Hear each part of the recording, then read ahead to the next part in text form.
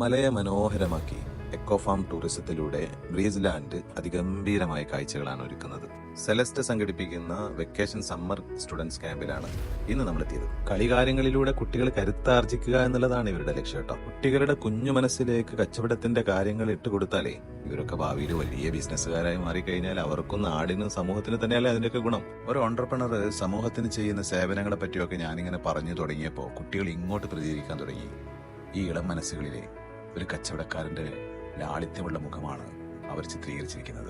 Comfort zone എന്ന് പറയുന്ന ഒരു സാധനം ബിസിനസ്സിലില്ലല്ലോ. അതുകൊണ്ടൊക്കെ തന്നെ ആവണം മോട്ടിവയുടെ ഷഫീഖ് സാറും ടീമും ഇങ്ങനെ എലവേറ്റഡ് ആയിട്ടുള്ള ഒരു ഏരിയ ഇതിനു വേണ്ടി തിരഞ്ഞെടുത്തത്. ബിസിനസ് എന്ന് പറയുന്നത് ഒരാനന്ദമാണ്. ഈ പ്രകൃതിയുടെ മനോഹാരിതയിൽ ഇവര് വളരെ എൻജോയ്ഫുൾ ആയിട്ടായിരുന്നു നമ്മുടെ സെഷൻ കൈകാര്യം ചെയ്തത്.